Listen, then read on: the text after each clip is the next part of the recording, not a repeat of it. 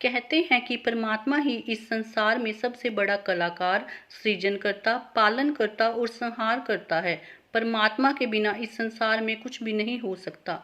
नमस्कार दोस्तों, मैं हूँ दीपिका और परमात्मा की महिमा से संबंधित एक छोटी सी कहानी आज आप सबके सामने सुनाने जा रही हूँ।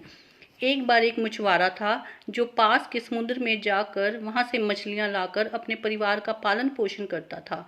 एक बार वह मछुआरा जब समुद्र के किनारे गया तो उसने देखा कि एक वृद्ध व्यक्ति सन्यासी के वेश में वहां पर बैठा है और वो बूढ़ा व्यक्ति रेत की ढेरियों को इकट्ठा करके एक तरफ रख रहा है। आश्चर्यचकित होकर मछुआरे ने उससे पूछा कि आप कौन हैं और ये सब क्या कर रहे हैं।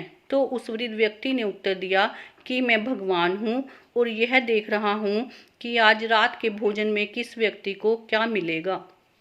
यह सुनकर मछुआरा मन ही मन मुस्कुराने लगा कि अरे, अपने आप को परमात्मा कह रहा है तो इसकी परीक्षा लेता हूँ।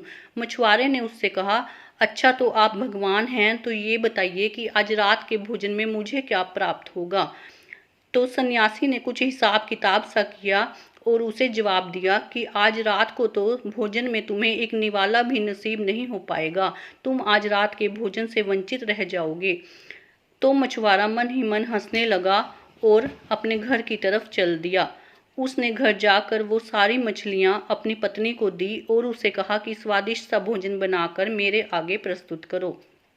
उसकी पत्नी ने भी उसे कहे अनुसार बहुत मन लगाकर उसके लिए खाना बनाया और उसके आगे परोस दिया।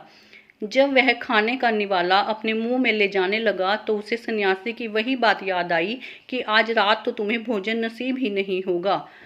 वह यह सोचकर मन ही मन मुस्कुराने लगा कि देखो, मुंह में निवाला जाने को है और वह कह रहा था कि तुम्हें तो खाना नसीब ही नहीं होगा।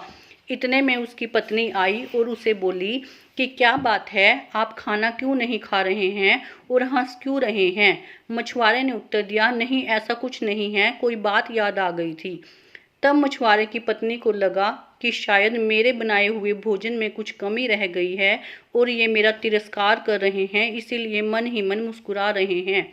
मछुआरे ने उसे लाख समझाने की कोशिश की कि ऐसी कोई बात नहीं है। धीरे धीरे उन दोनों की बातचीत बहस के रूप में और फिर लड़ाई के रूप में परिवर्तित हो गई।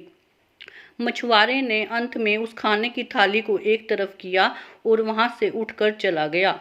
रास्ते में उसे सन्यासी की वही बात याद आई कि तुम्हें आज रात का खाना नसीब नहीं होगा, खाने का कौर तुम्हारे मुंह तक जाकर भी तुम्हारे मुंह में नहीं जा पाएगा। इसलिए वह मछुआरा अब उस सन्यासी की महिमा से परिचित हो चुका था। तो दोस्तों, इस संसार में परमात्मा की इच्छा के बिना एक पत्ता भी नहीं हिल सकता। हम जो करते हैं, जो कहते हैं, वो सब परमात्मा की इच्छा पर ही निर्भर है। उस परमात्मा की महिमा अपार है। नमस्कार।